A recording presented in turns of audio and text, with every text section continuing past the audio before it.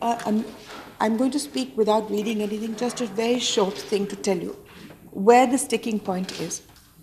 This is a very comprehensive bill. It has adoption in it, it has foster care in it, it has many, many things in it. The part that seems to have struck a problem is the proposed reduction from 18 to 16 years for the purpose of allowing a juvenile to go to jail if it is perceived that he committed a heinous crime with an adult mind.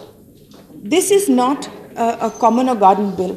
This is a very nuanced bill.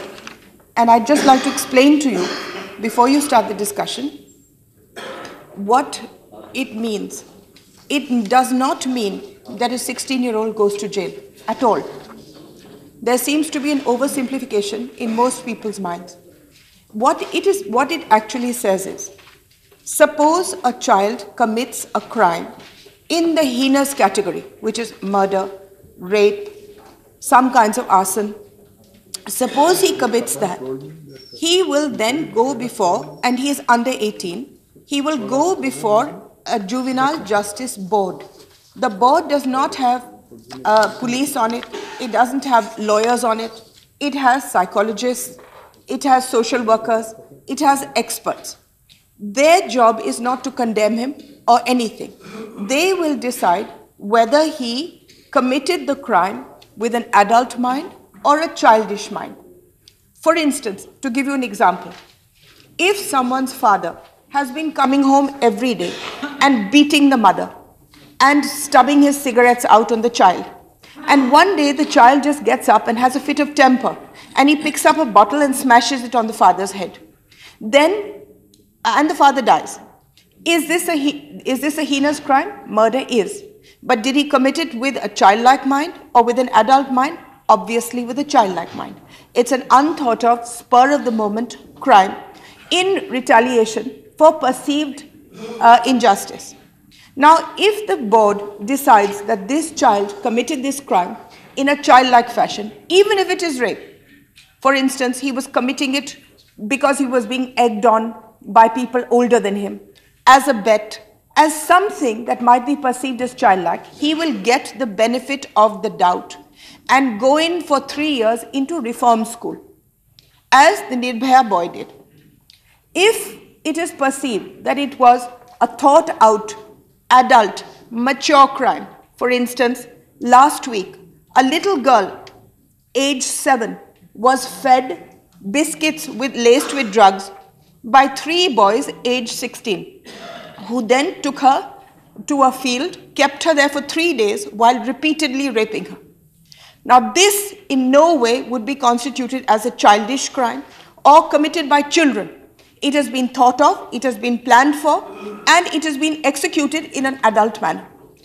Those 3 children, for instance, I'm sure the JJ board, in its wisdom, would decide should go into the adult system. Once they go into the adult system, please bear with me, this does not mean again that they will go to jail. The adult system, they are provided with lawyers, or should their parents decide, they can get their own lawyers. They are provided with the same access to justice as adults are.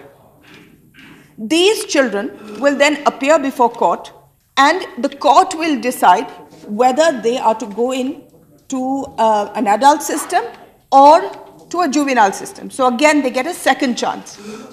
If, for instance, the court decides that they are to go into adult jail, even then they have the power of appeal as anyone else. High Court, Supreme Court. At the end of all these steps, if it is decided that they are to go to adult jail, they will still not be put into adult jail along with adults. They will be put into a children's jail, a Borstal. At the moment, a Borstal doesn't exist because no child has ever gone to a Borstal.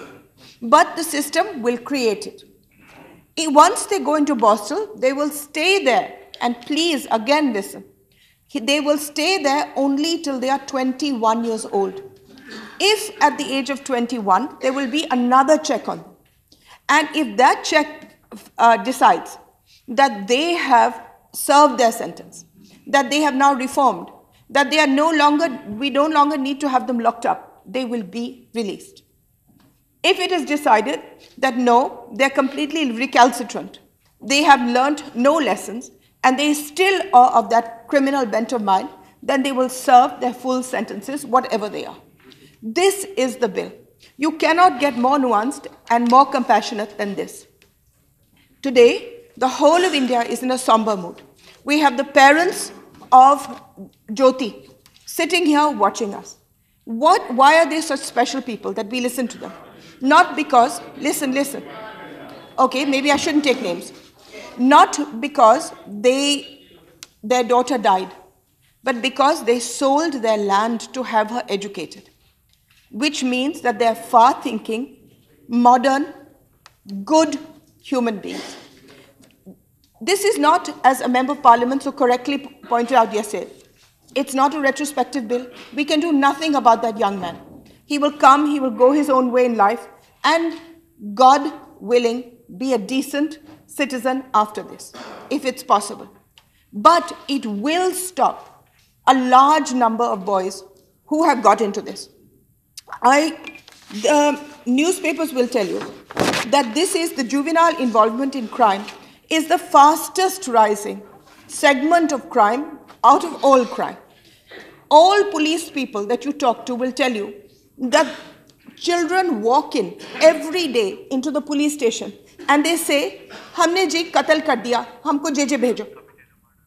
My driver, the ministry driver, saved up for 4 years and bought a car, a small dinky little second-hand car. 3 months after he bought it, it was stolen. We contacted the police, and amazingly, the police found his car after a month, called him at 12 at night and said, "Come and see whether this is your car." So he went, and the person where the car was, the person who had stolen it was a 16-year-old. And there were 5 cars, motorcycles and scooters in the same compound. And the police said, "Iske saath kya kare? Ye to abhi bhi bol raha hai, JJ bhejo." So they said, "Hamare paas time nahi hai JJ ke मामले में." They made him sign a bond saying कि मैंने गलती की, मैं आइंदा से कभी चोरी नहीं करूँगा. The boy has been doing it with an older gang has been making him do this. And he has been doing it quite happily for the last 3 years. They're no longer even sending them to JJ. You have had the most telling part of this is that this boy was sought to be held further by the Home Ministry on the grounds that he had been radicalized by Kashmiri terrorists who are also in the children's home. हम आपसे ये पूछते हैं, what on earth were Kashmiri terrorists doing in a children's home? Has it occurred to anybody that those Kashmiri terrorists should not be in a children's home? But because they were 16 years old, they were put into a children's home.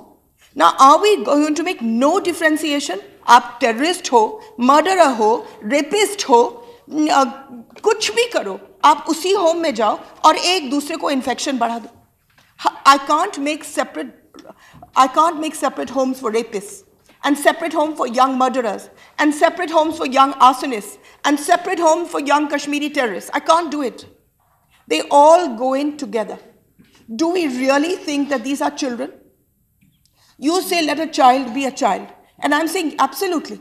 But these children commit offenses against other children. We've had 6-month-old babies who have been raped by 15-year-olds. We have had 7-year-olds and 6-year-olds and 3-year-olds in this. Are we going to protect the victims or are we going to protect the criminals? Now, it just makes people safer. Not that these boys will all go into jail. Maybe a very small percentage due to this bill. But it certainly will stop 16-year-olds from going into a thana and saying, मैंने जी झुग्गी को आग लगा दी है, मुझे JJ में डाल दो. मैंने जी गाड़ियाँ 50 चोरी की हैं, जेजे में डाल दो. मुझे अपने पड़ोसी का बलात्कार कर दिया, मुझे जेजे में डाल दो. These are self-confessed crimes. And every police thana will tell you that they're abounding with self-confessed crimes because these 16-year-olds know that at the moment nothing can happen to them except a 3-year-old stint in a school, a reform school where they go to normal school, come back in the evenings, and when they finish this, they will get money from the state to start their lives properly. And what will their victims get? Nothing. You have to decide. This is not my bill. This is not even my government's bill. This bill was started by you, finished by us, but it is a matter of the whole houses. Nobody remembers who passes a bill. Nobody. Nobody will remember Maneka Gandhi or any of us. They will remember that a bill came in. And therefore, think about what you'd like to do. Thank you.